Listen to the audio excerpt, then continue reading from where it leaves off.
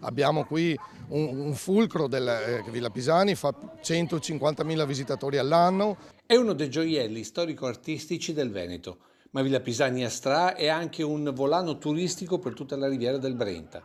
E le oltre 20.000 persone che hanno assistito al Naviglio Acqueo della 47esima edizione di Riviera Fiorita sono la testimonianza di quanto questo territorio possa e debba investire in accoglienza turistica, soprattutto straniera. Questo sarà uno degli obiettivi, ci stiamo lavorando con la conferenza dei sindaci delle Riviere del Brenta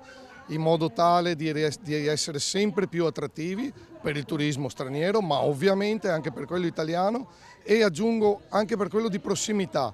perché da piccole indagini, da piccole analisi personali ho scoperto che molti residenti in Riviera non hanno ancora visitato Villa Pisani, ad esempio. Ecco allora che eventi come il corteo acqueo, composto da 50 imbarcazioni configuranti i costumi del Settecento veneziano, non sono solo rievocativi, ma dovranno sempre più coniugare la storia allo spettacolo culturale, con una sensibilità verso l'ambiente, come ha dimostrato la presenza di diverse associazioni cicloturistiche alla Vogata, dal Ponte dell'Orologio di Stra fino a Malcontenta. Riviera Fiorita naturalmente in questi anni è cambiata perché era partita come una manifestazione di protesta per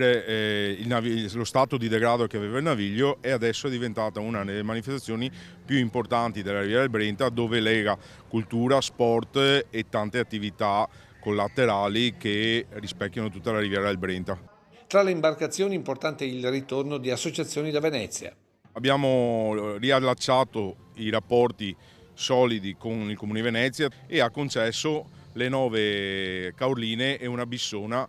che vanno a implementare il parco barche che c'è quest'anno in Riviera Fiorita. Un corteo acqueo che ha sostato in più approdi, abbinando Riviera Fiorita ad altri eventi, confermando come territorio e iniziative possano ulteriormente sviluppare una filiera turistica capace di attrarre capitali, ma soprattutto giovani imprenditori. Infatti Riviera Fiorita,